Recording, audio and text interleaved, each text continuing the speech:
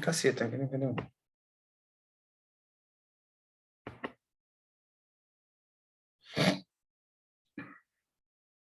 Pessoal, está me ouvindo? Estamos sim, professor. Ok. Vamos lá.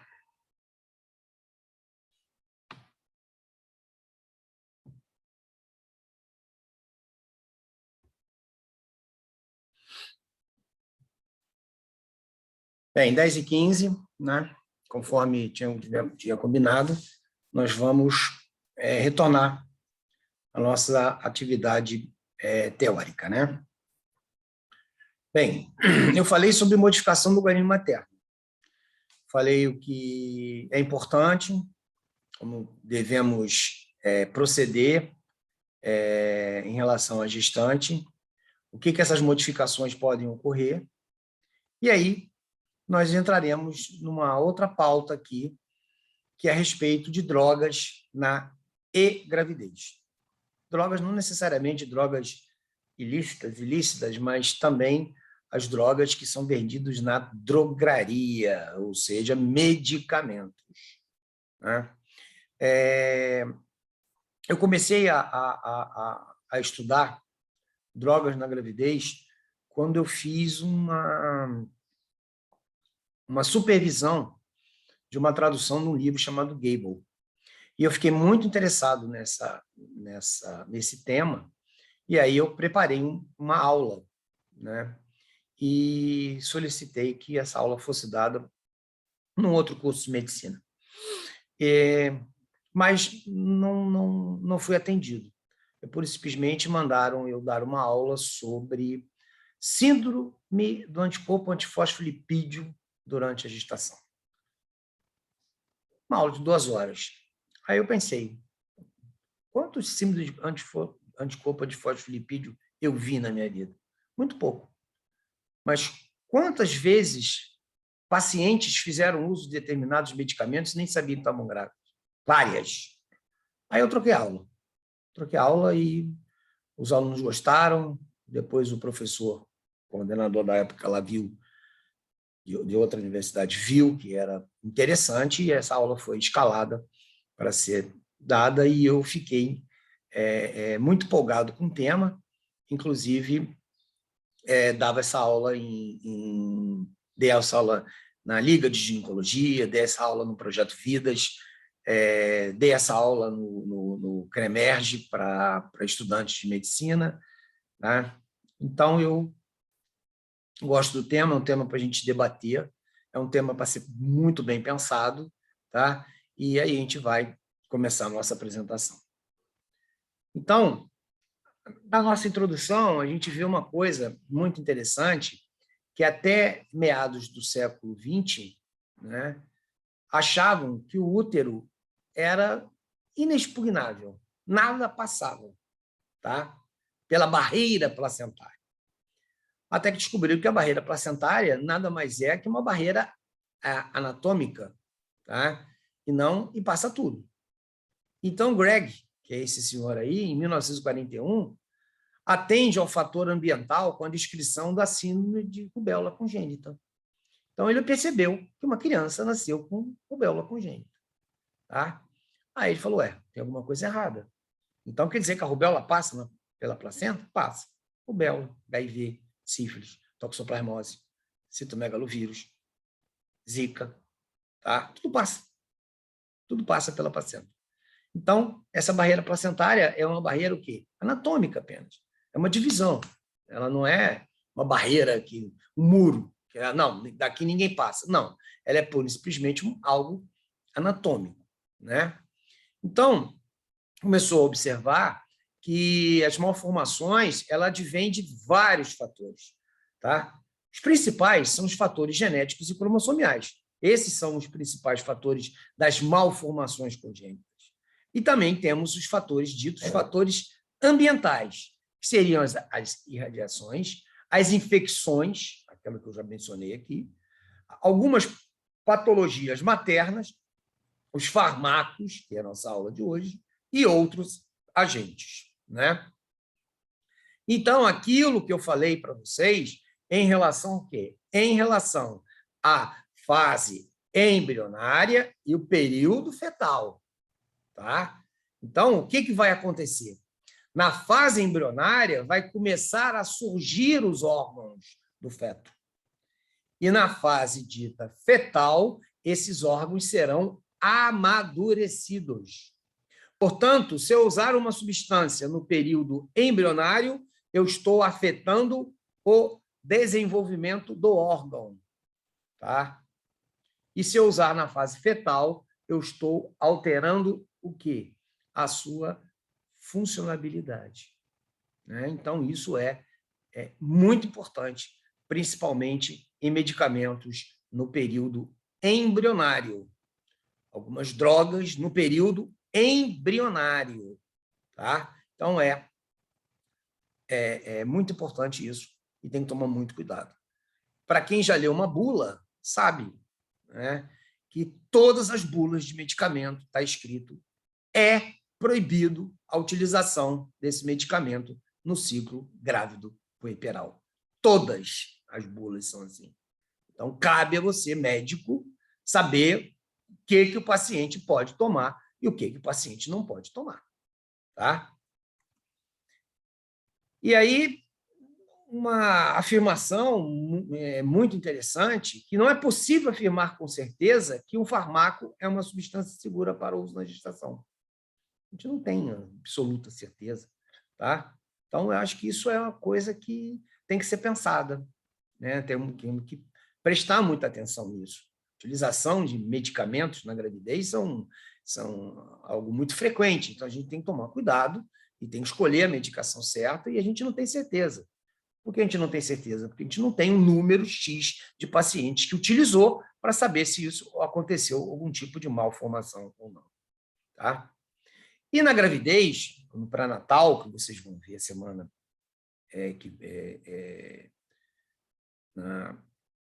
na próxima semana, na outra aula, né? Na outra aula. A gente está girando com urologia. Então, vocês vão ver que na gestação existem queixas muito frequentes, como, por exemplo, dor lombar, dispneia, porque a paciente se queixa disso, as náuseas, vômitos, febre, edema, infecções pulmonares, infecções urinárias. Então, são muito frequentes durante o período da gestação. Então, isso faz com que o médico tenha por hábito gostar de medicar o paciente.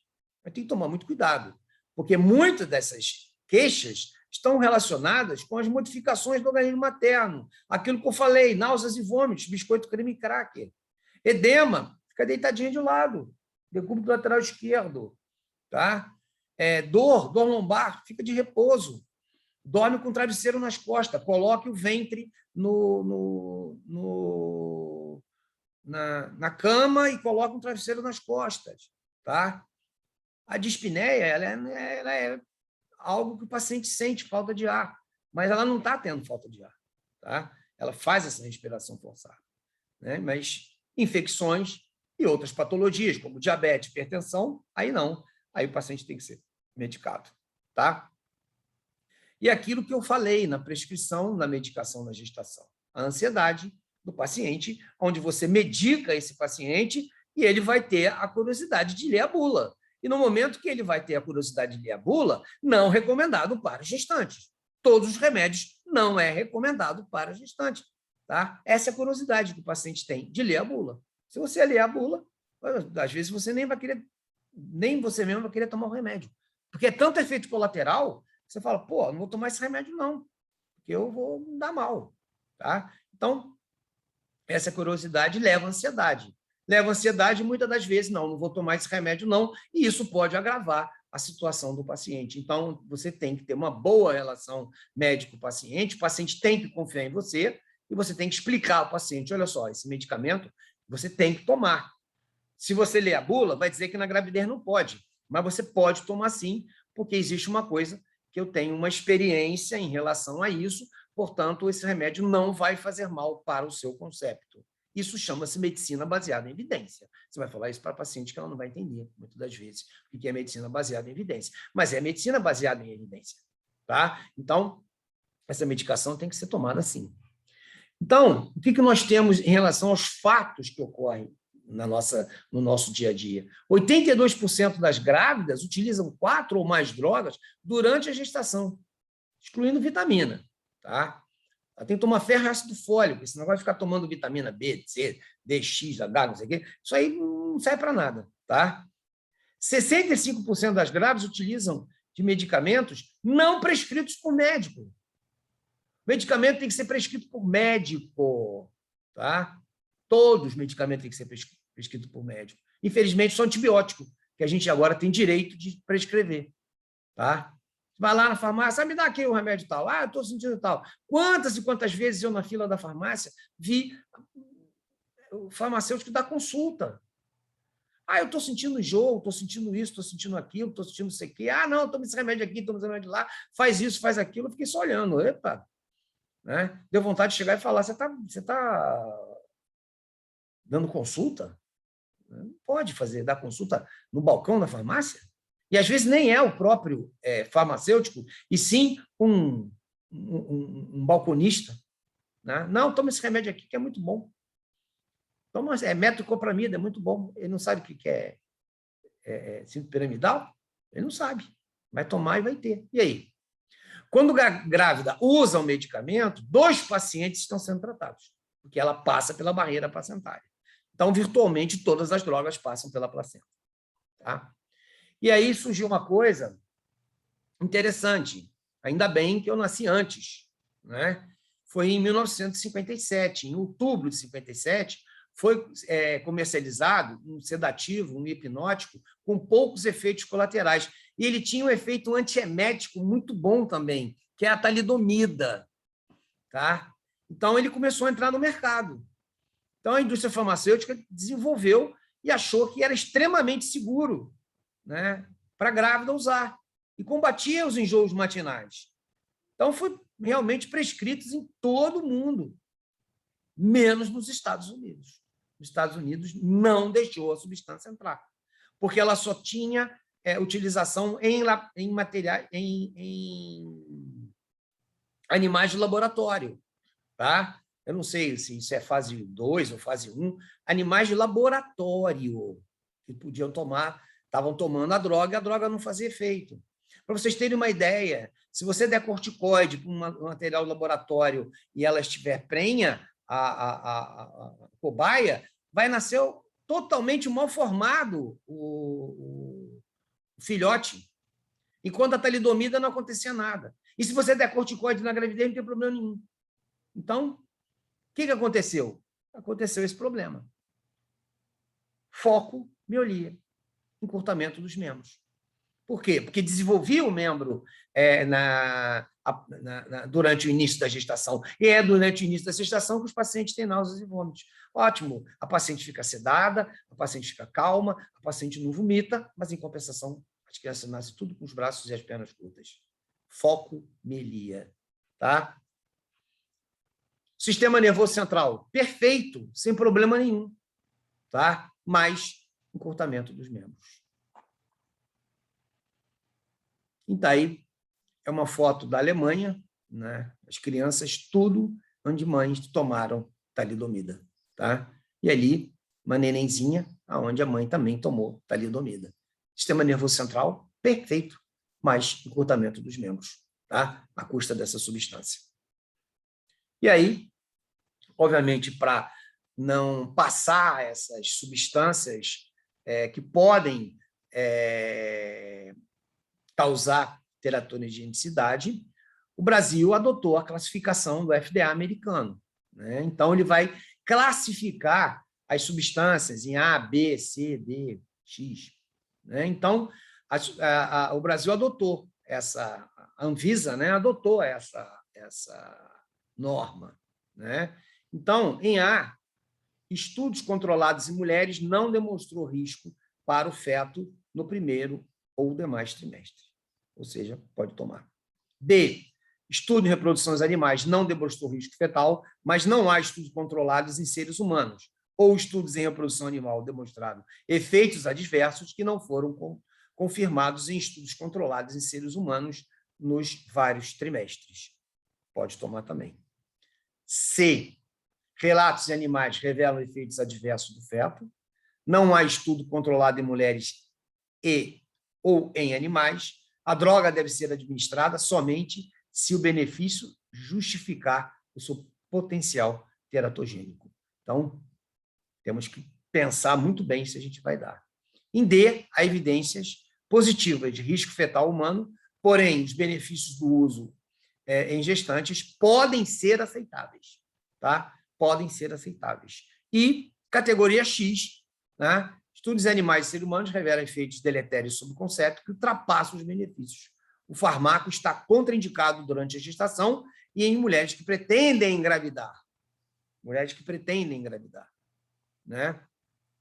Tem remédio para espinha também, você não pode tomar 6 meses antes de engravidar. E esses remédios são proibidos na gestação. É o misoprostol, tá? Que ele vai causar aborto, né? Se ele é utilizado.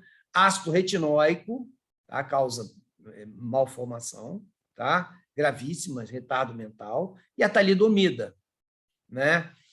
Misoprostol. O misoprostol ele pode ser utilizado no final da gestação em baixas dosagens, 20 microgramas, a cada 4 horas para você induzir um parto. Para você saber, o misoprostol do Citotec ele tem 800 microgramas. Tá? E se você tomar, aborta. E se não abortar? Está relacionado à malformação? Não sei. Pode estar relacionado? Já vi fetos nascerem malformados com mães que tomaram misoprostol e não conseguiram abortar. E a criança nasceu mal formada. Tá? Agora, foi do misoprostol? Não sei te dizer. Né? Ácido retinóico, com certeza, e talidomida, está tudo banido da gravidez. Aqui é a utilização da mãe que utilizou ácido retinóico durante o período da gestação ou pré-gestação, um problema da criança de retardo mental. E essa face com essa característica aí, toda puxada, toda esticada. Então, a gente tem que tomar muito cuidado. O Rocutan, né, que também para espinha, ele é terrível também para malformação. Tá? Então, se você lê a bula dele, você prefere ficar com a cara toda furada mesmo e não tomar. Mas muitas pessoas tomam e se adaptam muito bem a essa substância. Então, o misoprostol não sabe a sua teratogenicidade. Em estudos retrospectivos, pode causar abortamento, tá? Sequência de Moebius, que é paralisia congênita do 7º par craniano, entre outros pares, defeito na redução de membros, retardo mental, disformidades fixas nas articulações e fraquezas musculares. Então, ele realmente, a gente tem que tomar muito cuidado com essa substância, porque ela provoca aborto e, além de provocar aborto, ela pode, não nascendo esse concepto, não abortando esse concepto, ela pode causar todas essas malformações e aí não tem como tratar essas crianças. Tá? Aqui, essas crianças, essa aqui dizem que tomou misoprostol, que tem 1, 2, 3, nasceu com 3 braços. Não sei se realmente é verídico isso, né? Mas a mãe tomou misoprostol, não sei se foi graças a isso que ela nasceu com tanto bracinho assim, né?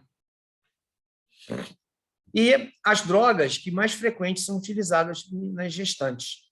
Nós temos o quê? Os analgésicos, né? Muito utilizado por causa da dor, a dor causado pela modificação do organismo materno. Os anti-inflamatórios, né? Quem é grávida que não caiu, né? Não caiu, não deu uma topada, não torceu um tornozelo, enfim. Os antieméticos, né? Que é muito utilizado, você utilizava muito isso na época, então eu parei de utilizar a partir do momento em que eu li o livro Williams e vi que eu estava fazendo errado, que é dar biscoito creme cracker, que é melhor que antiemético. Antibióticos, quer dizer, hoje nós estamos diante a gravidez tem tendência a fazer pneumonia, tá? É uma grande pergunta que se faz. Eu estou tentando ler alguma coisa para ver se eu consigo entender essa tal da Covid gravidez. Tenho observado que ela mata muito rápido a gestante, e principalmente no início da gestação, quer dizer, entre a 20ª e a 27ª, 28ª semana de gestação, tem alguma coisa a ver com a modificação do aparelho respiratório, mas a grávida tem tendência também a fazer infecção pulmonar, né, muito frequente, infecção urinária é muito frequente também, então o uso de antibiótico às vezes é necessário, né, claro. Os antihipertensivos, a hipertensão arterial é a patologia mais importante da gravidez.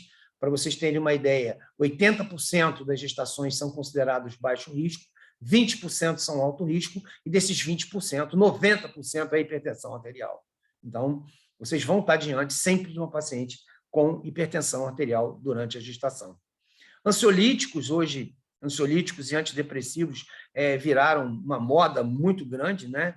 Grande maioria das pacientes fazem uso de antidepressivos, fazem uso de ansiolíticos. Isso aí é extremamente preocupante, porque a gente não sabe o futuro dessas crianças, né? Quer dizer, a geração ansiolítica aí, a gente não sabe o que vai acontecer em relação ao aprendizado, em relação ao desenvolvimento do sistema nervoso, né, central. A gente não sabe, né? Então é uma coisa a ser bem pensada isso. Eu normalmente tento não medicar esses pacientes, eu tento convencer os pacientes de não utilizar, mas muitas das vezes a paciente diz que não tem como, ela vai ter que tomar o antidepressivo porque ela tem essa necessidade, tá?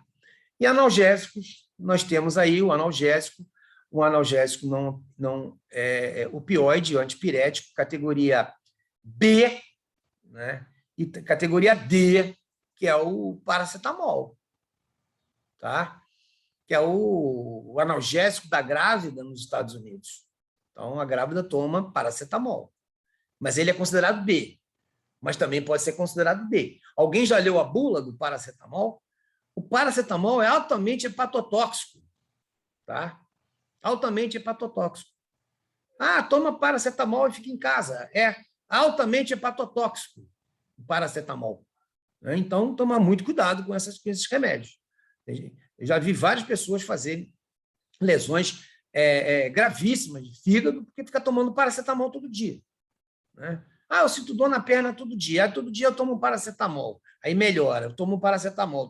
Aí vai lá fazer uma prova de função hepática e o fígado está todo bombardeado, tá? Então, a gente tem que tomar muito cuidado com essa substância, né? Ah, a classificação é B/D. Então, tem que pensar muito bem se vai utilizar essa substância. O ácido acetilsalicílico. O ácido acetilsalicílico, ele tem uma característica, é um anti-inflamatório não hormonal, um analgésico, um antipirético. Ele é um analgésico de escolha também dos americanos para as pessoas não grávidas. Toma aspirina, a famosa aspirina. O EAS, ácido acetilsalicílico, tá? Mas o que acontece? O risco dele é C e D. Por quê? Porque em doses elevadas, ou seja, em 4 gramas por dia, a partir do terceiro trimestre da gravidez, ele vai inibir a síntese de prostaglandina, levando o quê? Levando a um prolongamento da gravidez, tá? Levando a quê? Levando a vasoconstrição da artéria renal do feto, levando a diminuição de urina fetal, levando a oligúria fetal, e levando a oligúria fetal, o maior produtor de urina, de líquido amniótico é a urina. Então, levando a oligohidraminia. E, com isso, levando a disformes faciais, contratura da musculatura, oclusão prematura do ducto arterioso e hipertensão pulmonar primária do recém-nascido. Avaliar sempre risco versus benefício. Sempre avaliando risco versus benefício. Tá? Ah, então quer dizer que a aspirina não deve ser tomada? Não. Não usa outra substância. Não deve ser tomada. Ah, eu posso utilizar, então, aspirina em baixa dose? Pode. Aí não tem problema. E seria 100 miligramas de aspirina por dia em pacientes que têm hipertensão crônica ou pré-eclampsia. Essas pacientes elas podem utilizar aspirina em baixa dose. E a aspirina ele é um antiadesivo plaquetário, tá?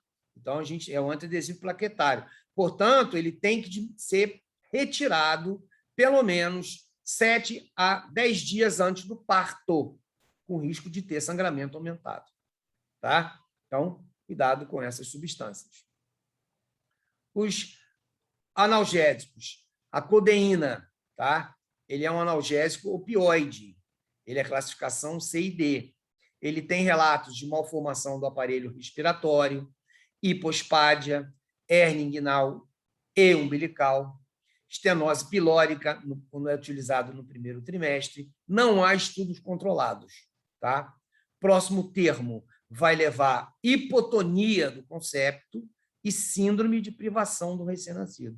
Ou seja, se ele é um opioide, você utiliza um opioide durante a gestação, quando o concepto nasce, ele nasce dependente da droga. Tá? Então, tomar muito cuidado com essas substâncias. Meperidina também é um narcótico. Tá? Meperidina é derivado da morfina. No primeiro trimestre, se ele é utilizado, pode apresentar em 4,8% polidactilia, hipospádia. E se ele é utilizado durante o trabalho de parto, você pode observar uma depressão respiratória, tá? Principalmente se for após 60 minutos da injeção e o concepto nasce após 60 minutos, você pode apresentar uma depressão respiratória. Tá? E aí essa depressão respiratória é extremamente complicada. Né? Então, tem que tomar cuidado quando se usa essa substância durante o trabalho de parto. Né? Quando eu falar em trabalho de parto para vocês, vocês vão ver que Friedman ele utilizava a meperidina em 1975, 76, em todos os trabalhos de parto, para sedar o paciente, né? Principalmente quando estava no momento próximo ao período expulsivo. Então, ele causava essa depressão respiratória, usei muito e vi essas depressões respiratórias e fui aprendendo como tirar o conceito dessas depressões respiratórias. Aprendi com o pediatra e sabia fazer. Tá? A morfina é a mesma coisa que a meperidina, é um analgésico opioide. Não há relatos, porém, de defeitos congênitos, mas durante o trabalho de parto vai levar à depressão respiratória e síndrome de privação, porque se você utilizar muita morfina, você vai causar problema de dependência química nesse conceito. Tá? Ah, mas ninguém é viciado em morfina. É sim. Infelizmente, conheci, né, várias pessoas que eram viciadas e acabaram se suicidando, porque ficaram viciados em morfina e não conseguiam sair e resolveram dar cabo da sua vida. Então, conheci, não foi só um, não, conheci vários que ficaram viciados nessa substância.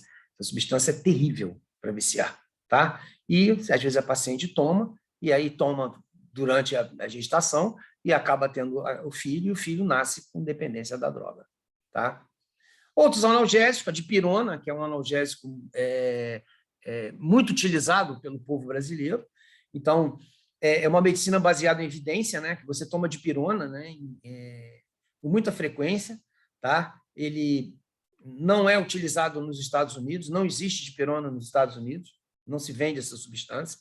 Tá? Todos os países vendem, menos os Estados Unidos. Né? Então, ele é considerado B, então não tem problema nenhum, você pode utilizar durante a gestação, é uma medicina baseada em evidência. Alguns livros americanos não mostram essa substância.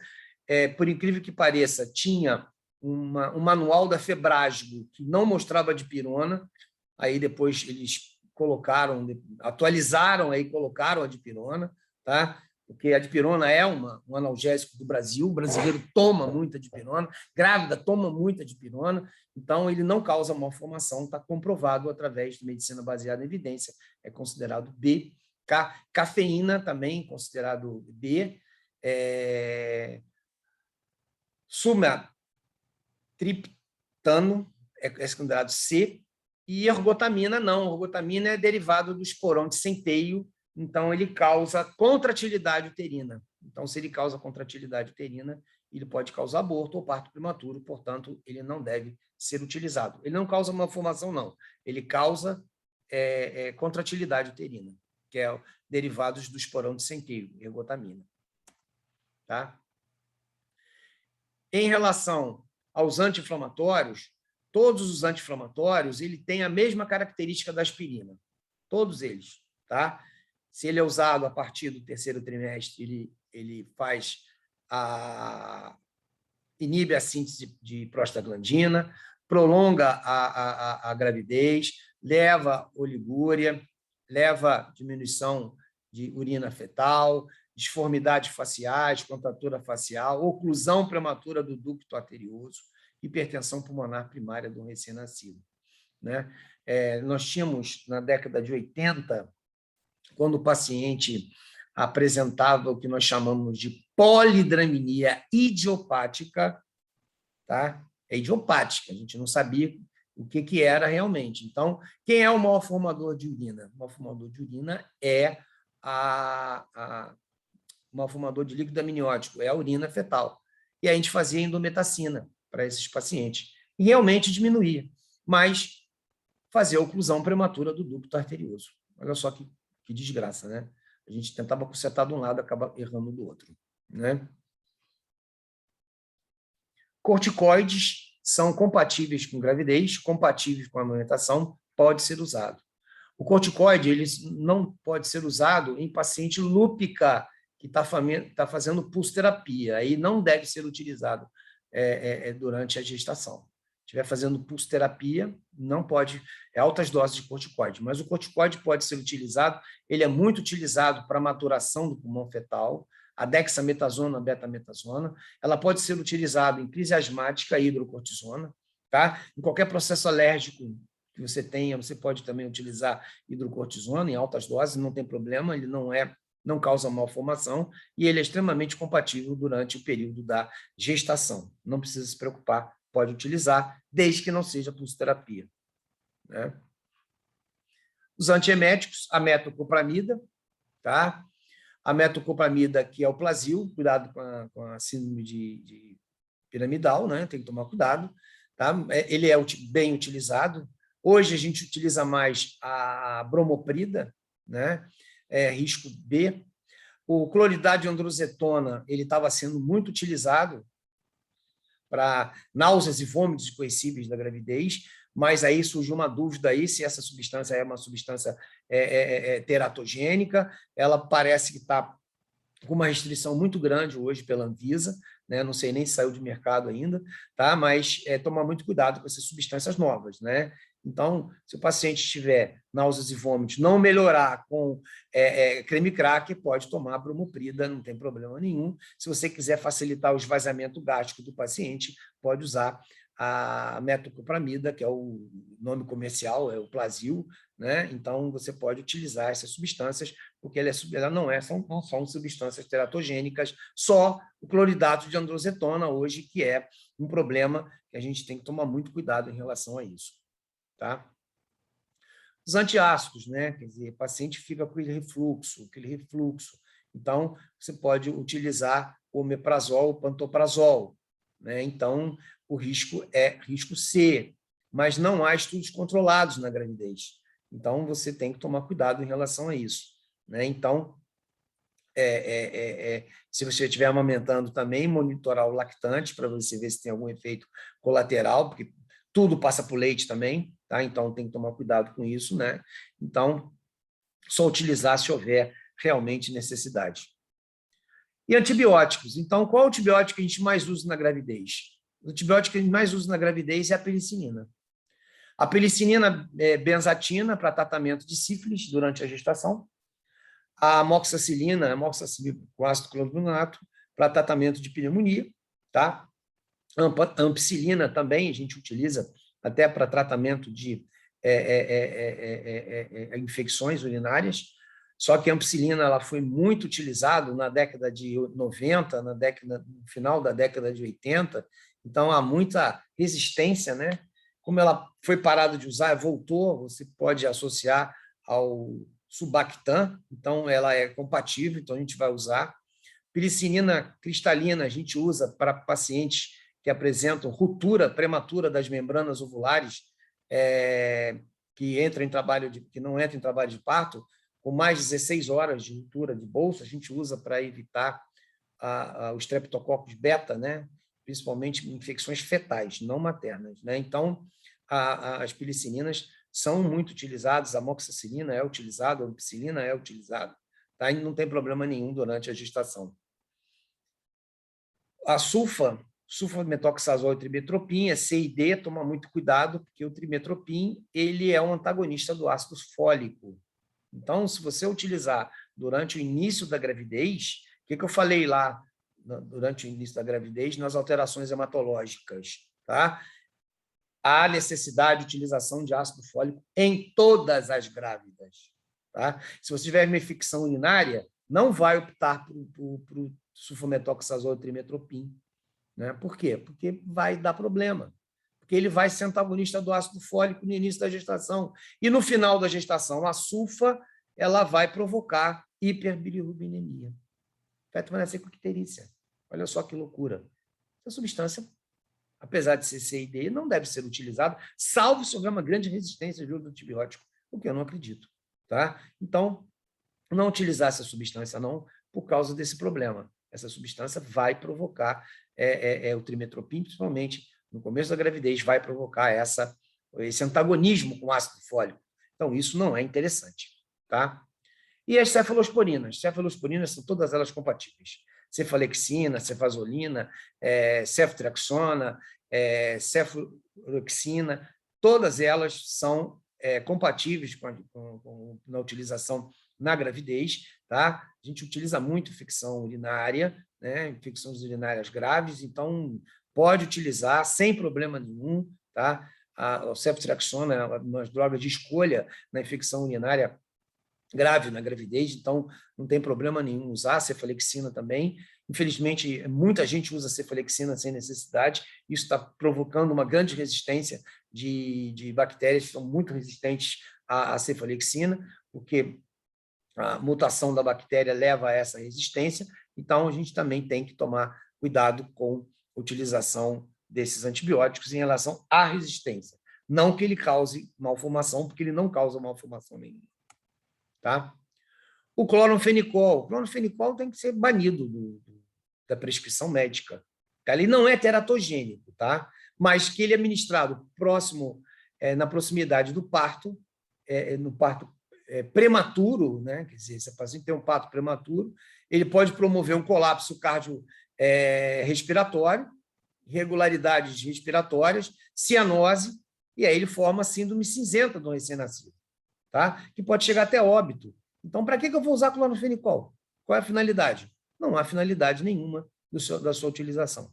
Tá? Só se todos os antibióticos que você for usar são todos resistentes, só o cloranfenicol funciona. Aí tudo bem, você vai correr o risco e vai explicar para o paciente e vai ter o consentimento informado dela, tá? Que pode levar à síndrome cinzenta do recém-nascido. Norfloxacina, ciprofloxacina e levofloxacina, muito utilizado no dia a dia para infecções urinárias. Tá? Na gravidez, ele é C, ele não há risco de malformação. Tá?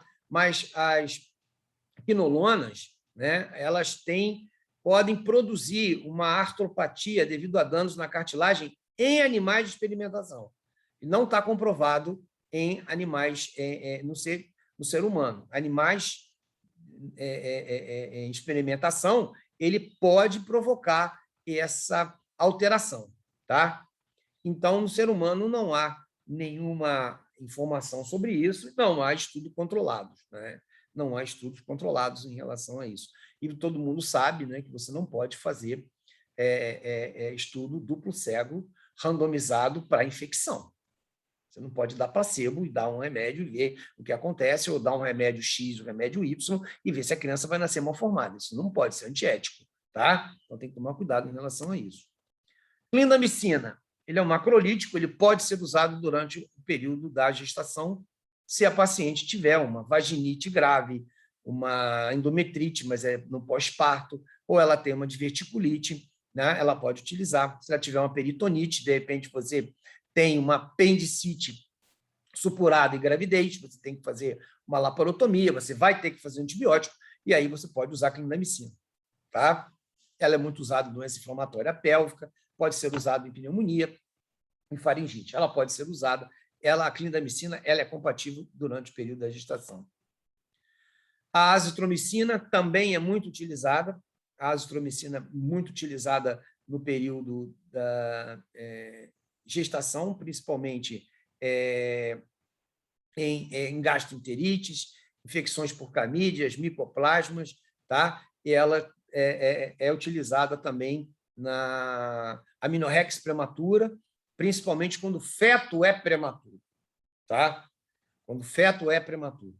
As pessoas confundem muito amenorrex prematura, que é perda de líquido, com prematuridade. Isso não é verdade. Amenorrex prematura é quando a bolsa das águas se rompe antes do trabalho de parto. A gravidez pode ser a termo, tá? Mas rompeu a bolsa antes do trabalho de parto, é amenorrex prematura. E pode haver amenorrex prematura com feto com menos de 37 semanas. Aí é amenorrex prematura no feto prematuro, tá? E aí você, se tiver com menos de 34 semanas, você tem que fazer um tratamento conservador para amadurecer o pulmão fetal, e você vai usar o corticoide. E aí você tem que usar antibiótico para evitar o quê? Evitar uma infecção no útero do paciente, não no feto, porque o pulmão fetal ele é colabado, ele não só expande quando nasce. E aí, o que acontece?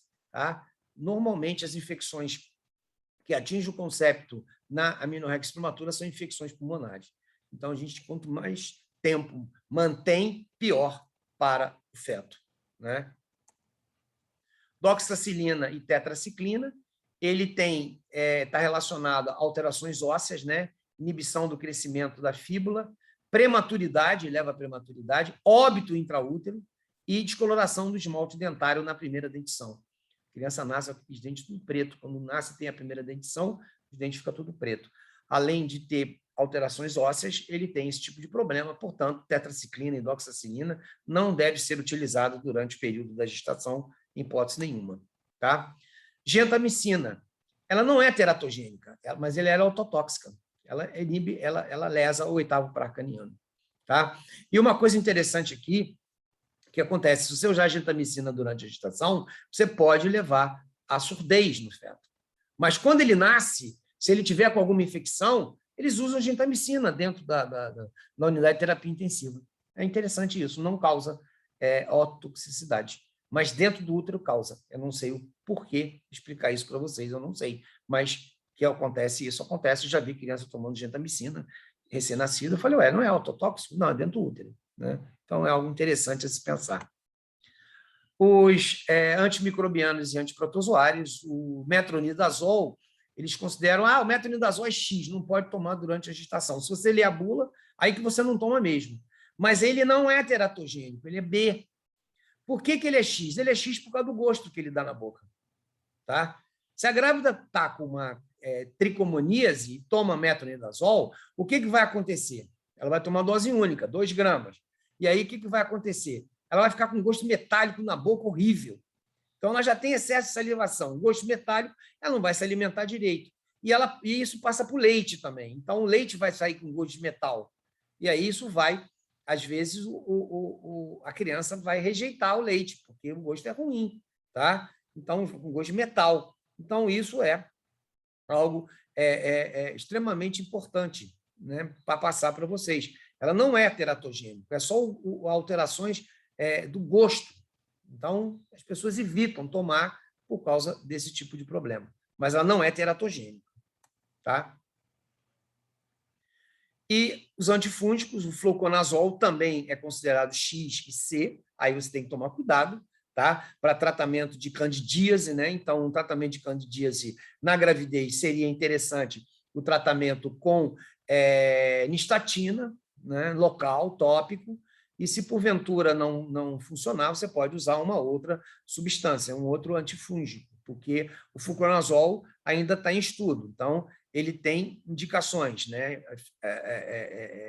ele é em animais em experimentação, no humano, quando administrados continuamente no primeiro trimestre, pode ser teratogênico. Então, a gente tem que tomar muito cuidado com isso, porque a gente não sabe realmente se essa substância vai causar algum tipo de alteração. Então, a gente usa nistatina tópica e tem uma melhora no paciente. Tá? Você pode usar o cetoconazol. O cetoconazol é C. Então, utilize o cetoconazol se por acaso a nistatina não funcionar. O itraconazol já é D também, DC, mas o fluconazol já é mais complicadinho um pouquinho. Então, tomar cuidado com essa medicação. Os antirretrovirais, o aciclovir, não tem nenhuma contraindicação. Se tiver que usar, usa. Tá? As infecções são de pele e mucosa, causadas pelos vírus sensíveis ao farmaco. Gravidez não é estudo controlado, mas ele é C. Tá?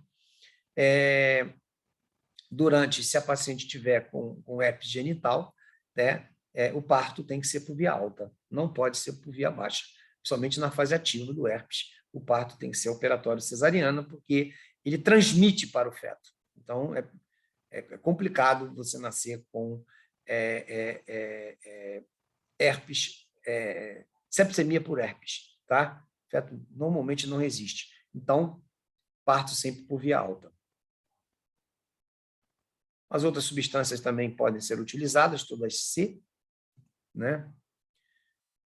O AZT, não tem problema nenhum, pode ter utilizado durante a gestação, tá? Infecções por HIV, hepatite, sarcoma de Kaposi. Então, não é estudo controlado em humanos, mas a gente usa os antirretrovirais e vai continuar usando a partir do momento em que apresenta HIV positivo, tem que ser utilizado.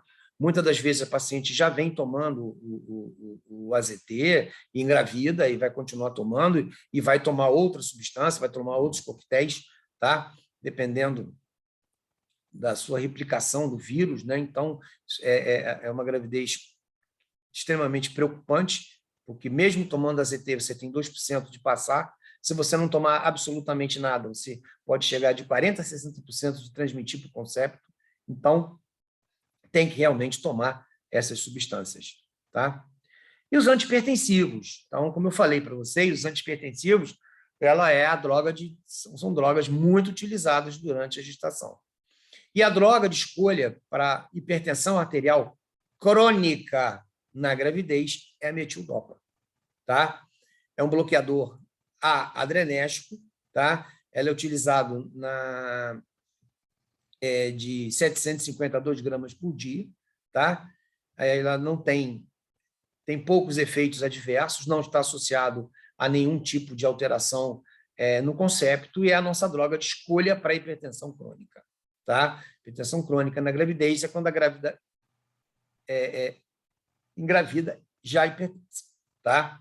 Pré-eclâmpsia é outra patologia que só surge durante o período da gestação. Né?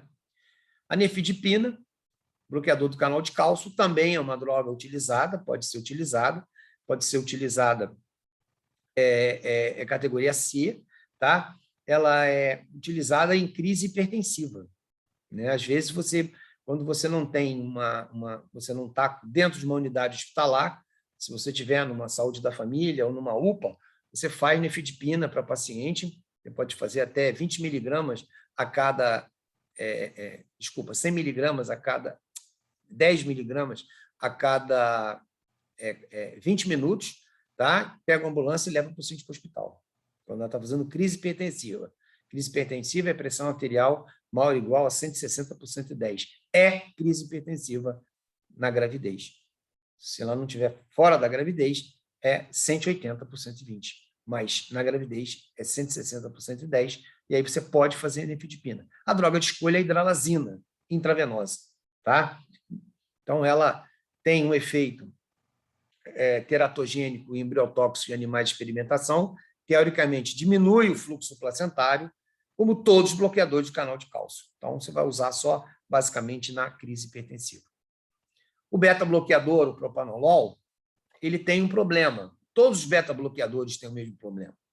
Ele vai aumento da resistência vascular do binômio materno-fetal, proporcionando ao tempo de exposição. No segundo trimestre, ele vai ter uma redução no peso da placenta, isso leva a crescimento intrauterino restrito, tá? E no terceiro trimestre, ele vai reduzir a placenta. E outra coisa também, o beta-bloqueador, ele vai diminuir o batimento cardíaco da paciente. Ora, o que nós aprendemos? Que o batimento cardíaco fetal, o batimento cardíaco materno, ele está aumentado durante a gestação. Então, eu vou diminuir o batimento cardíaco dela? Está errado. Ele é antifisiológico. Tá? Por isso que ele é considerado D. Ele é antifisiológico. Ah, mas eu não posso usar nunca. Não, às vezes tem que usar. Tá? Principalmente uma substância chamada pindolol, que ainda no Brasil está dando seus primeiros passos. Mas esses beta-bloqueadores, todos vão causar isso. Todos. E vai aumentar o tônus da musculatura lisa. Quem é a musculatura lisa? O útero. Ele vai aumentar o tônus do útero e vai dar broncoespasmo. Então, não é interessante. A grávida sente falta de ar, vai piorar. Então, é melhor não utilizar essa substância durante a gestação. Aquilo que eu falei, o pindolol, né? Ele pode ser utilizado, mas ele também tem a mesma alteração. Ele está em experimento, quer dizer, em alguns países já usam para crise hipertensiva, tá? E a gente tem essas substâncias que podem ser utilizadas, mas o beta-bloqueador vai ser sempre o beta-bloqueador. O captopril, inibidor da enzima de conversão da angiotensina, ele é categoria X. Por quê? Na gravidez, no segundo trimestre, ele inibe o efeito vasoconstrissor da angiotensina. Hipotensão arterial determinada pela diminuição do fluxo renal no concepto, vai provocar anúria, oligohidraminia, consequências com deformidades faciais, contratura dos membros, crescimento intrauterino restrito, hipoplasia pulmonar, persistência do ducto arterioso. Então, olha só, não deve ser usado durante o período da gestação. Ah, mas a puérpera pode. Puérpera é diferente. Saiu o feto, pode utilizar o captopril na puérpera, desde que ela não tenha etnia afrodescendente, porque o captopril não age muito bem em pacientes com etnias afrodescendentes. Então, é importante aqui a gente passar essas informações para vocês, não utilizar captopril durante a gestação, nem em crise hipertensiva, em hipótese nenhuma. Diuréticos, furosemida e tiazídicos. Diuréticos são contraindicados em caso clínico de redução de perfusão placentária e pacientes com pré-eclâmpsia e crescimento uterino restrito. Você não pode utilizar. Por quê? Ora, ela é vasodilatada, ela tem alteração da pressão oncótica. Se ela for pré-eclâmptica, o que acontece? Ela perde proteína. Se ela perde proteína, ela altera a sua pressão oncótica, ela perde água para o terceiro espaço. E você acha que vai conseguir puxar com essa água? Você acha que você vai conseguir puxar com um diurético? Em hipótese nenhuma. Tá? Você vai piorar. Então, você não usa diurético na gravidez. Ah, nunca vou usar diurético na gravidez? Não, não é nunca. Insuficiência cardíaca congestiva, com edema agudo de pulmão, não tem outra substância para você usar no seu diurético. Tá? Aí você vai usar. Aí não tem jeito. Né? Se eu tiver com insuficiência cardíaca congestiva e tiver com edema agudo de pulmão, o tratamento é diurético. Não tem jeito. E é diurético pesado, são 5 ampolas intravenosa. Né? Então, só nesse caso a gente vai usar. Caso contrário, não utilizar diurético durante a gestação. Isso aí eu aprendi lá quando eu estava no primeiro ano de medicina. Não usa diurético durante a gestação. É proibido o uso de diurético durante a gestação. Tá? Benzodiazepínico, aqueles chamados ansiolíticos, né? Também os anticonvulsivantes. D. Ele é teratogênico em animais de experimentação. Nos seres humanos pode produzir hérnia inguinal, no recém-nascido, malformações cardiovasculares, fenda palatina, lábio leporino e crescimento uterino restrito. Então, grávida não tem que tomar benzodiazepínico. Grávida não tem que tomar ansiolítico. Tem que evitar. Tá? Antiepiléticos. Fenobarbital, considerado D. Ele vai promover malformações menores, como hipoplasia de falange e pelve, malformações maiores associadas a outros anticonvulsivantes. Então, não devemos utilizar fenobarbital durante o período da gravidez. Tá? Fenitoína pode determinar disformidades faciais, hipoplasia de falange distal, unhas, microcefalia, crescimento intrauterino restrito. Avaliar riscos e benefícios. Tá? Avaliar riscos e benefícios. Síndrome da fenantoína. Síndrome da idantoína. Síndrome da idantoína. Síndrome da idantoína. Utilizar carbamazepina. Ele é o melhor dos piores. Parece que já surgiu uma nova droga aí, que é menos teratogênio que a carbamazepina. Tá? Eu tive lendo aí, mas eu não tive tempo de colocar isso na aula. Depois eu vou passar isso para vocês pelo nosso sistema, no AVA, né? Eu vou colocar essa substância também. Porque a carbamazepina, ela é muito boa, mas ela não funciona na síndrome de ausência. Então, o paciente está conversando contigo, fica olhando assim para o além. Ela está tendo uma crise convulsiva, ela não faz esse movimento, mas ela tem essa síndrome de ausência. Então, isso é extremamente preocupante, tá? Principalmente, ela não pode fazer nenhum tipo de trabalhar com maquinário, dirigir, sair sozinha na rua, porque ela pode fazer uma síndrome de ausência. E a carbamazepina não pega a síndrome de ausência, tá? Então, mas ela é o melhor dos piores. Todas essas substâncias, eles vão agir no sistema nervoso central. E essas crianças vão ter uma grande dificuldade de aprendizado na escola.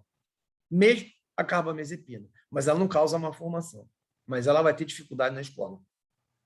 Principalmente para alfabetização. Depois que ela alfabetiza, tudo bem, vai em frente sem problema nenhum. Tá?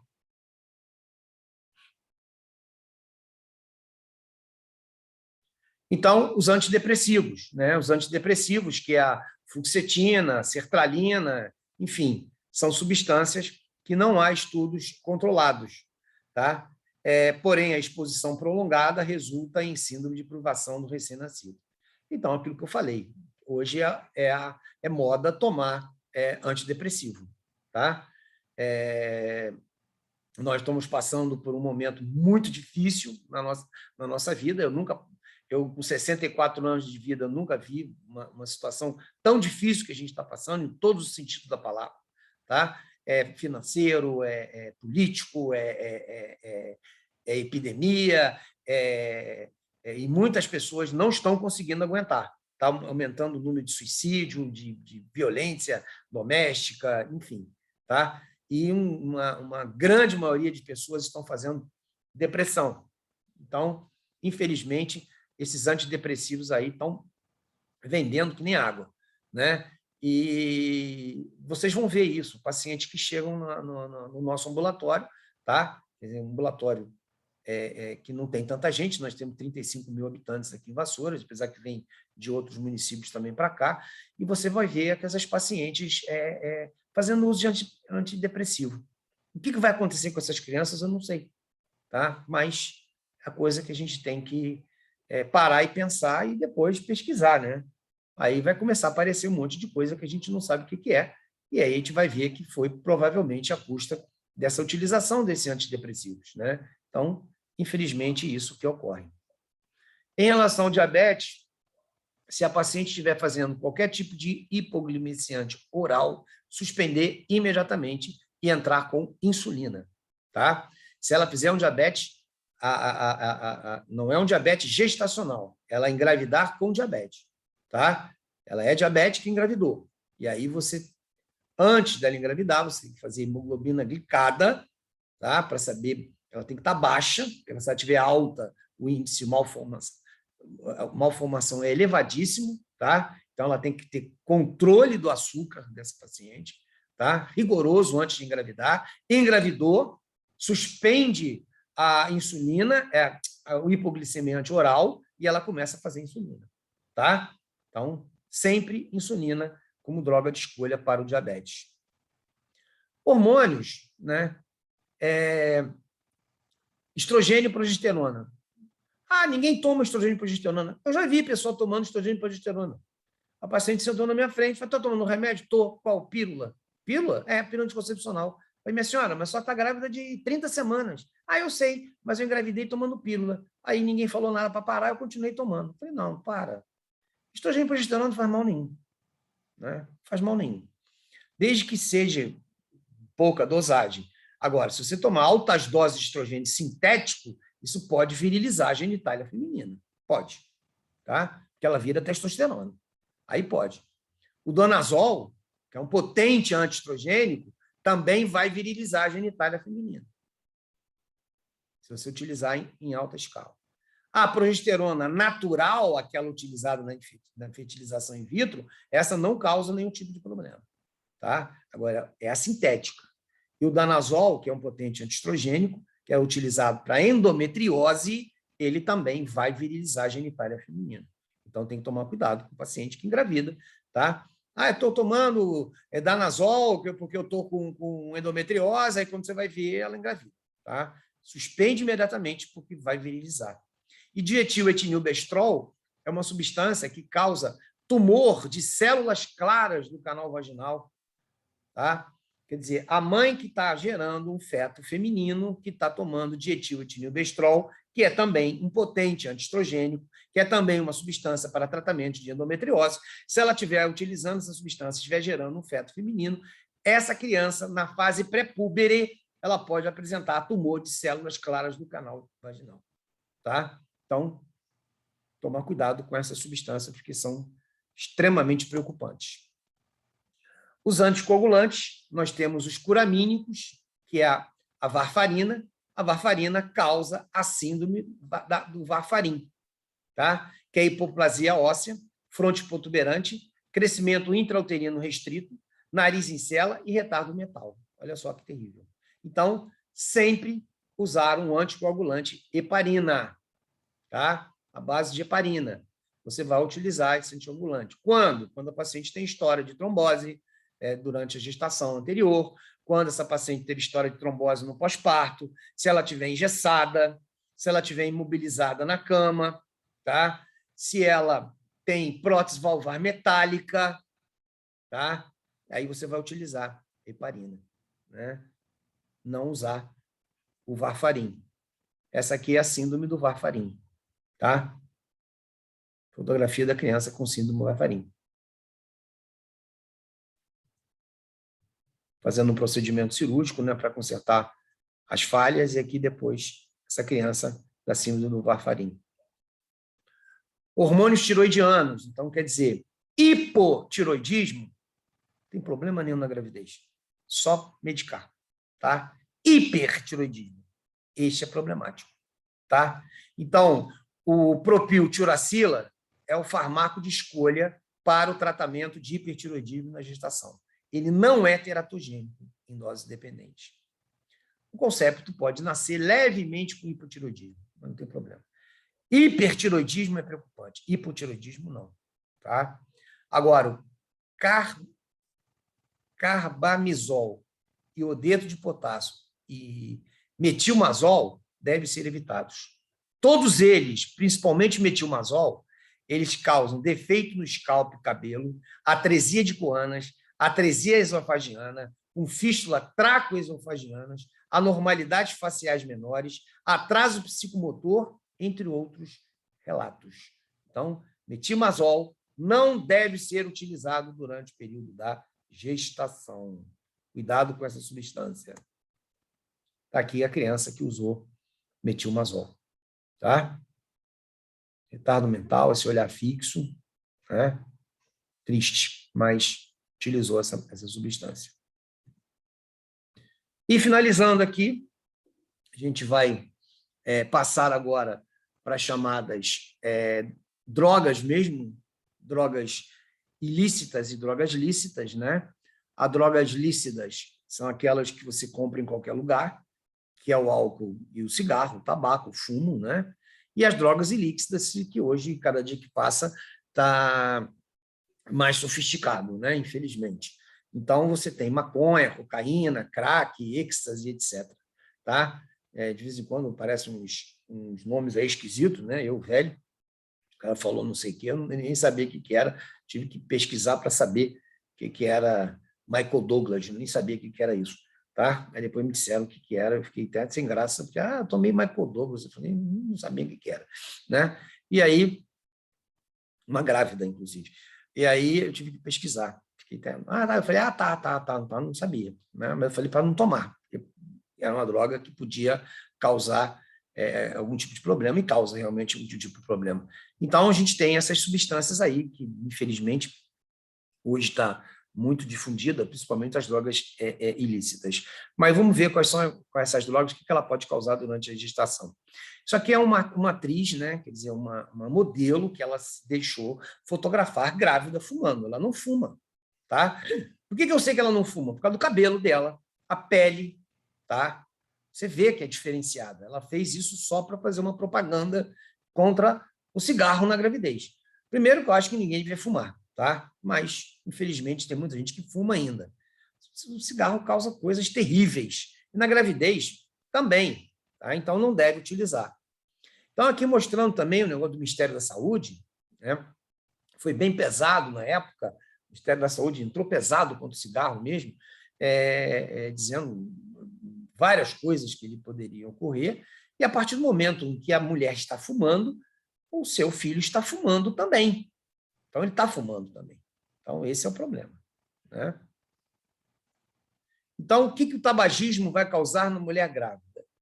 O fumo age ao mesmo tempo sobre a mãe e sobre o feto, óbvio, diminui o apetite e atrapalha o aproveitamento dos alimentos e da oxigenação. Surgem problemas de vasoconstrição. Quanto tempo? Cada cigarro fumado, você entra com vasoconstrição por 50 minutos de vasoconstrição. 50 minutos de vasoconstrição. Isso só não afeta a gravidez, não. Mulheres que fumam, tá? Vai ter dificuldade para engravidar. Por quê? Porque ela tem vasoconstrição, vai ter vasoconstrição da artéria uterina, vai irrigar pouco o seu endométrio, vai irrigar pouco o seu canal vaginal, vai ter mais propensão a infecções vaginais, tá? De qualquer tipo. HPV, herpes, tá? Por quê? Porque está sem defesa. Né? Então, na gravidez, baixa oxigenação também. Surge problema de vasoconstrição que impede as trocas normais entre a mãe e o feto.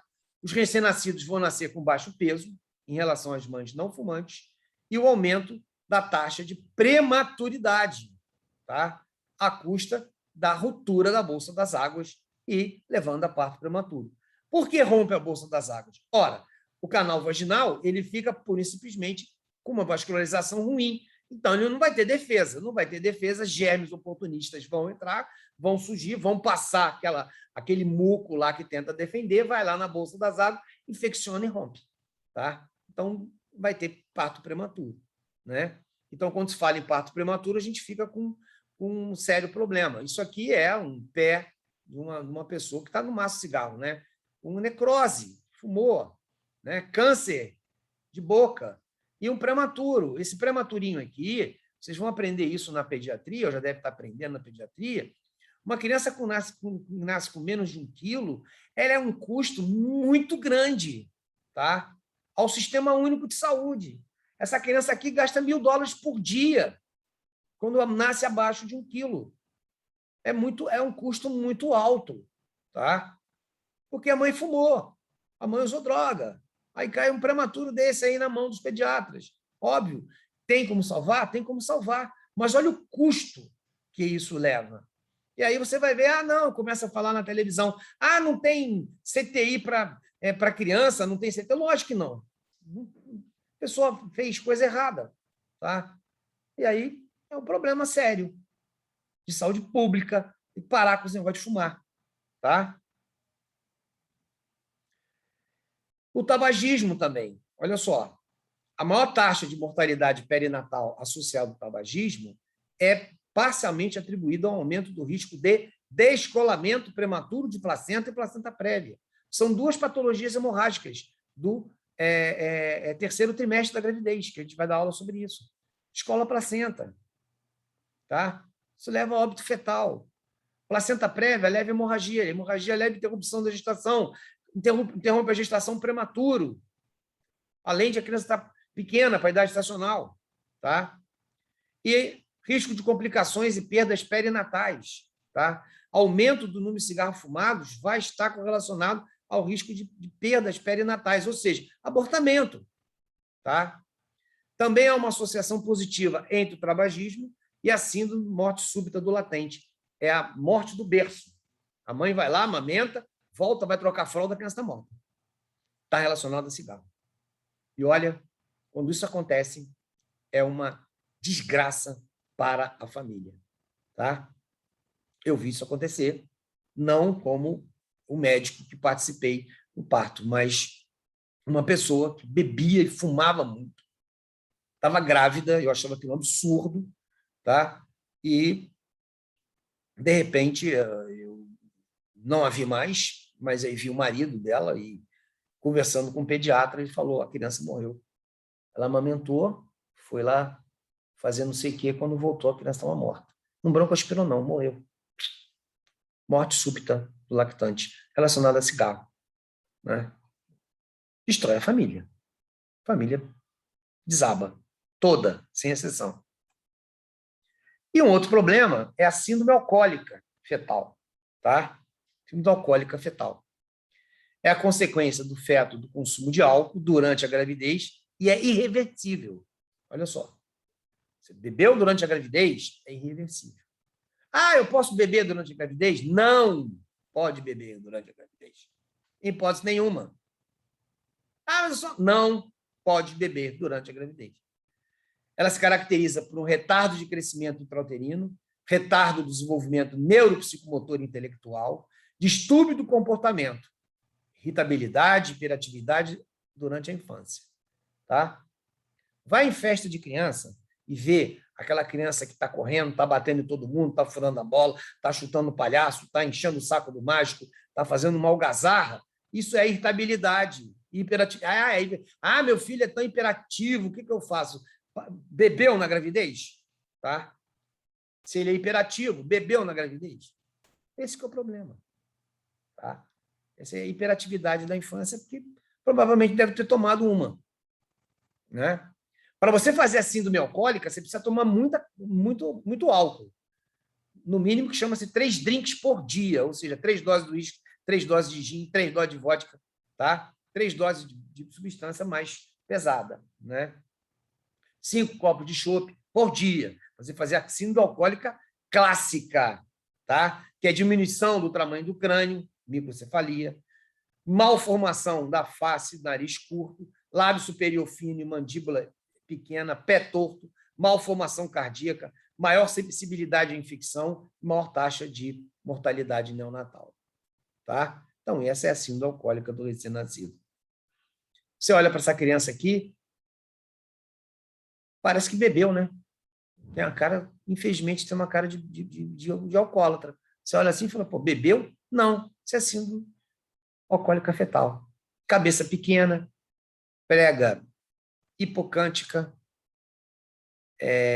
nariz násio rebaixado, pequena abertura dos olhos, nariz curto, lado superior fino, microcefalia, tá?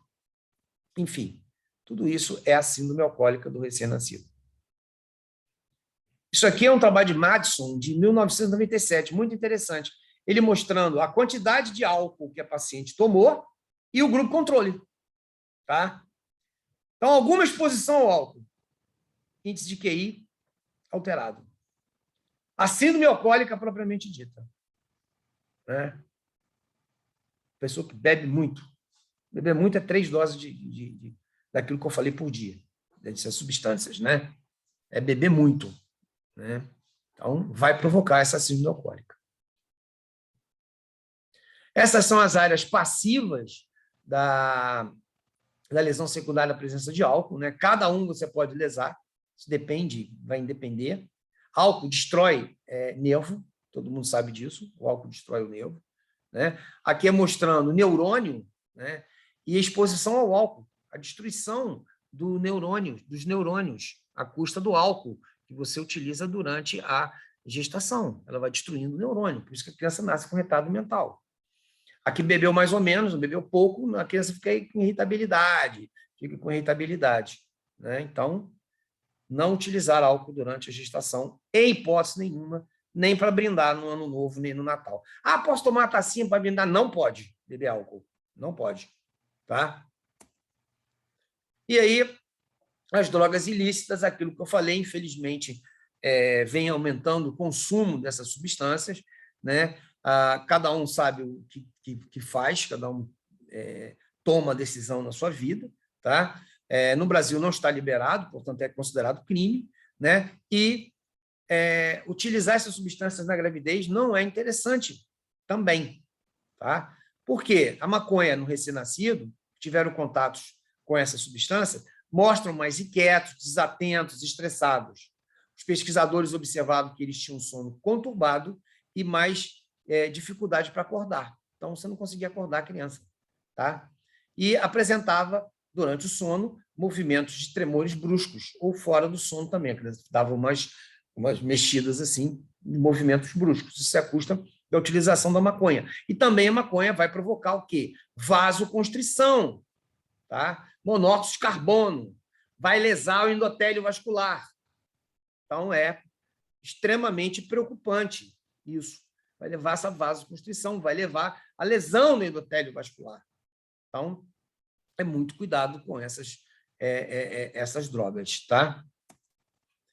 Aqui é uma coisa até muito engraçada, mas é feita pelo Ministério da Saúde, né? Não é montagem minha, né? O Ministério da Saúde adverte que fumar maconha durante a gravidez causa danos irreparáveis ao bebê. Então, a criança lá fumando, com o olho vermelho, né?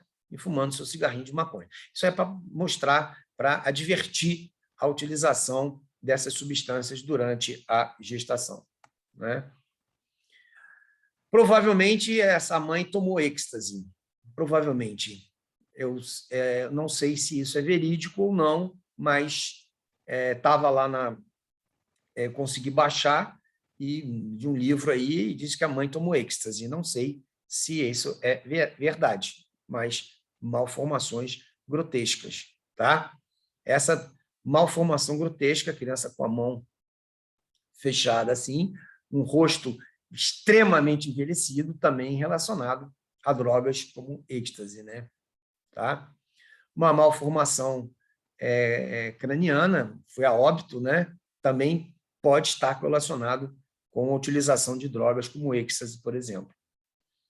Também, utilização de êxtase ou outras substâncias, a criança nascendo totalmente monstruosa, tá? Totalmente mal formada, então pode estar relacionado também à utilização dessas substâncias ilícitas. E o crack e a cocaína, que é a mesma coisa. O crack é um derivado, né, da cocaína, e hoje parece que Cracolândia virou algo de bonito, né? Ah, lá tem a Cracolândia ali, a Cracolândia lá. É terrível, gente. Terrível você ver passar por dentro de uma Cracolândia. Eu já passei. É uma coisa terrível você ver aquilo. É das maiores degradações que você possa imaginar na sua vida. Tá? Se você utilizar crack 2 vezes, você na segunda vez que você utilizou, você está viciado. Você não tem mais como sair. Você tem que ser internado. Tá?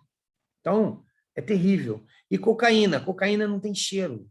Não tendo cheiro, você pode usar em qualquer lugar. Em qualquer lugar. E ela pode ser extremamente prejudicial à saúde. Extremamente prejudicial à saúde. Extremamente prejudicial à gravidez, principalmente. Eu, como obstetra, tá? Já tive pacientes, usuários, eu falei, não faz isso, por favor. Ah, eu não consigo parar. Eu falei, pensa no seu filho. Ah, eu não consigo. Pensa no seu filho. Tá? É triste a gente falar isso, é triste a gente ver isso, mas a gente vê no dia a dia. Quantas e quantas mulheres viciadas em cocaína que eu já atendi em gravidez, que eu já fiz parto. Quantas e quantas. Né? São malformações que a gente não sabe se realmente está relacionado à cocaína. Mas a literatura está dizendo, são malformações de usuários de droga. Quando a gente fala usuário de droga, pode ser crack, cocaína, maconha, LSD, enfim, todas as substâncias juntas. A gente não sabe se realmente essas substâncias vão provocar essas malformações terríveis. Tá? É uma coisa que saiu no Isto É, nos Filhos do Crack, ou seja, essas crianças eram prostituídas pela mãe para conseguir a pedra, para conseguir fumar. Então, olha só que absurdo, na Cracolândia. Então, são coisas terríveis que a gente vê no nosso dia a dia. E isso aqui é uma coisa que é importante, que é um organograma muito interessante em relação ao paciente que usou cocaína. Então, o paciente usa cocaína, você vai ter uma elevação periférica das catecolaminas. Essa elevação periférica das catecolaminas vai haver o quê? Uma vasoconstrição. A vasoconstrição é de 1 hora de vasoconstrição. Esse paciente vai ficar sob vasoconstrição durante 1 hora. Tá? E aí vai ter redução do aporte sanguíneo na placenta. Vai ter redução do aporte sanguíneo da placenta. E vai passar para o feto. Mas vamos parar aqui. Vamos subir. Aumento na contratilidade uterina, parto prematuro e descolamento prematuro de placenta, por causa do uso de cocaína. Cigarro descola a placenta, cocaína descola a placenta. Tá? Maconha também pode descolar a placenta. Então, aqui, descolamento prematuro de placenta. E eu paro aqui para mostrar um caso. Eu vi 2 casos que me marcaram. Uma menina de 24 anos, 10º filho, 24 anos, 10º filho. Começou a ter filho com os 13 anos, viciada em cocaína, não tinha um dente na boca. Ela parecia uma mulher de 50 anos. Tá? E eu fiz o parto dela pelo Sistema Único de Saúde. Muito triste. Tá? E uma outra que me deixou mais triste também, porque eu acompanhei, não só ela, eu também acompanhei o recém-nascido, foi quando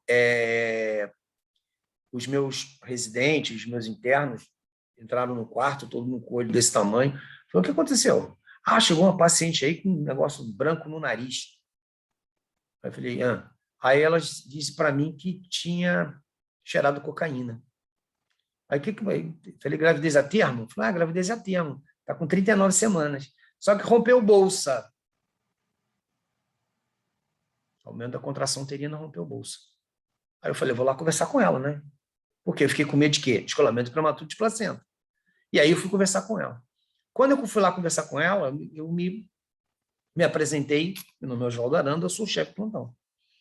Eu já sei o que aconteceu. Os seus meninos, falei, não, meninos não. Eles são todos, ou são internos, ou são médicos. Não tem menino aqui, não. Aí ela ficou meio sem graça. Os doutores falaram que eu cheirei. Realmente eu cheirei. Mas você pode ficar tranquilo, porque eu não sou viciada.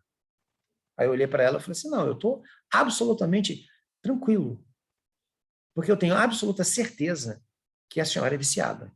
Porque se a senhora não fosse viciada, a senhora jamais cheiraria durante o período da gravidez. A senhora me desculpa. Tá? Eu estou sendo sincero. Aí ela ficou meia chorosa. Eu examinei, já estava com 8 centímetros de dilatação, chamei minha equipe e falei, o parto vai nascer daqui a pouquinho. Coloca um soro aí, porque esse útero com esse aumento do tônus pode levar a uma hemorragia. Mas aqui, voltando aqui, né, vai ter a redução do aporte sanguíneo, queda de nutrientes, baixo peso ao nascer. Você ficar usando cocaína o tempo todo.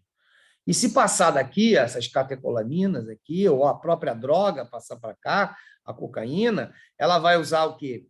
Vasoconstrição intracraniana fetal. E vai ter uma redução do fluxo cerebral, tá?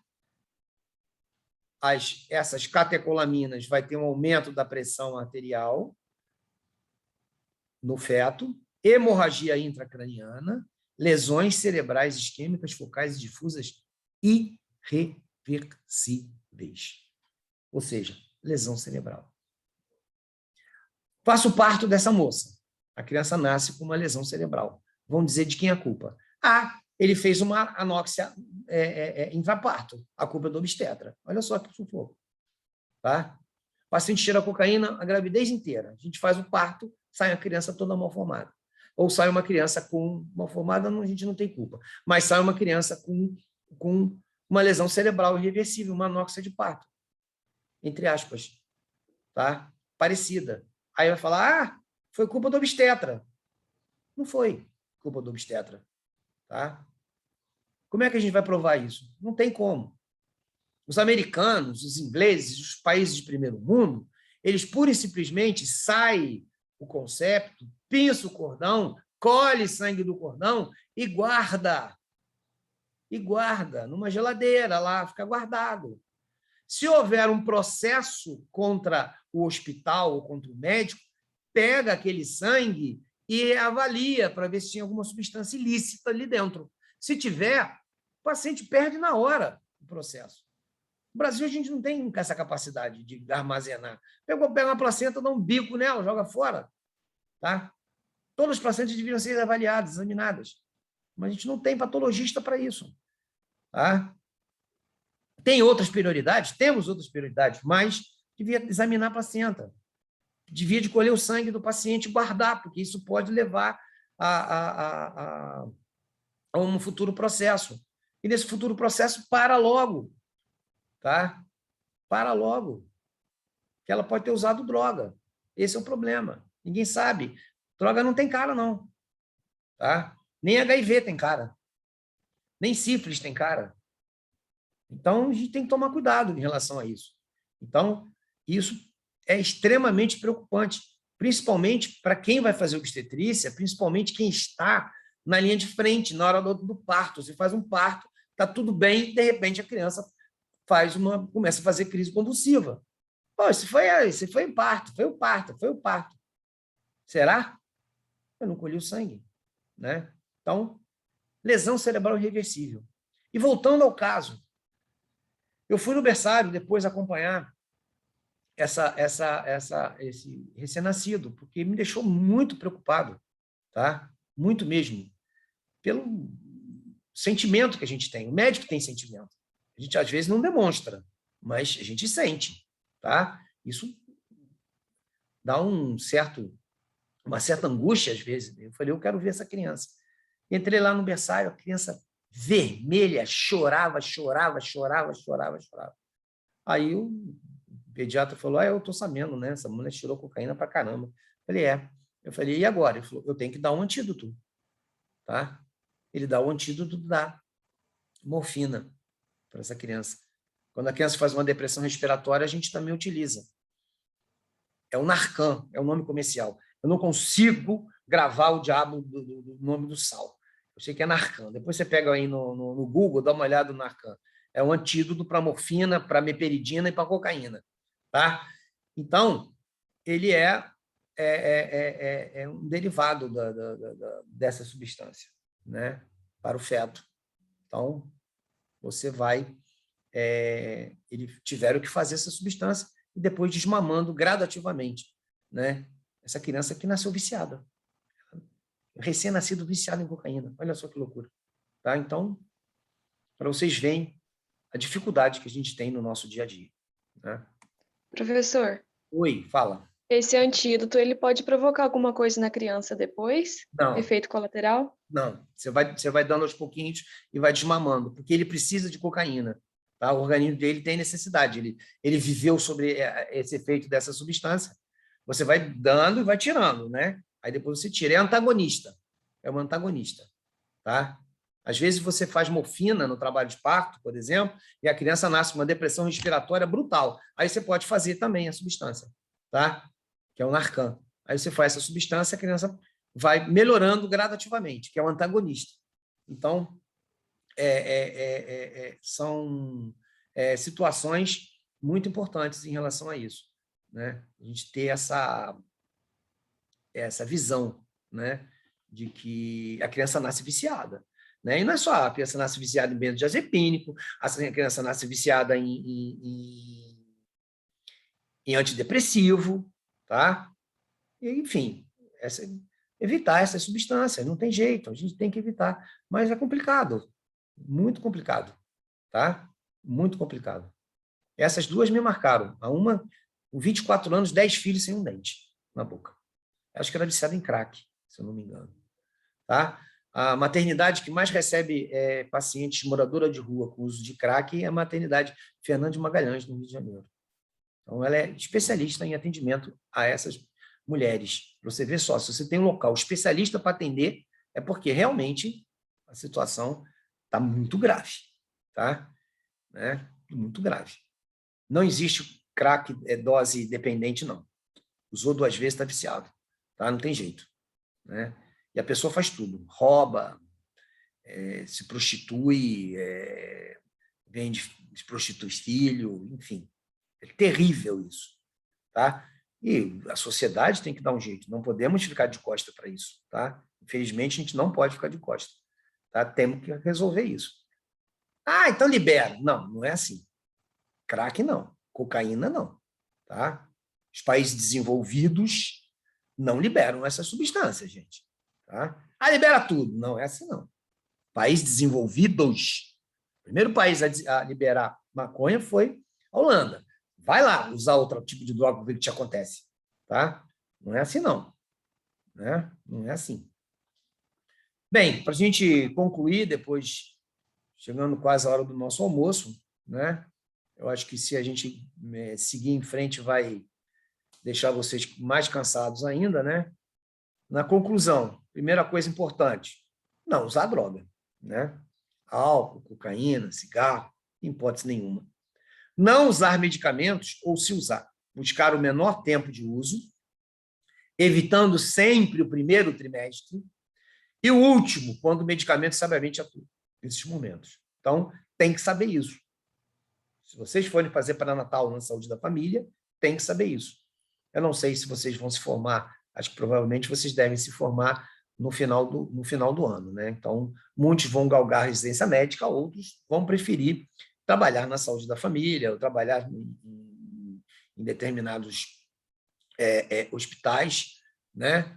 Então, vocês vão estar diante de uma grávida e vão ter que medicar, tá?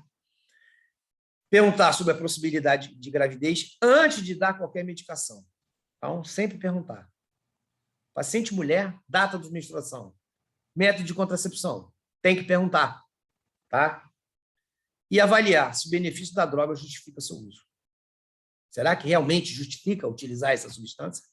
Então, são coisas que a gente tem que pensar. Né? Ah, eu nunca vou atender uma grávida. Não tem nada a ver. Eu sou oftalmologista, vai atender. Eu sou otorrino, vai atender. Eu sou endocrinologista, vai atender. Eu trabalho em pronto-socorro, vai atender. Grávida bate de carro, cai, não sei o quê, leva facada, leva tiro. Tudo. Tá? Isso aí não tem como. Grávida está presente em todos os lugares. Então, a gente tem que saber um pouquinho de obstetrícia, tá? Para poder dar um atendimento adequado para essa pessoa.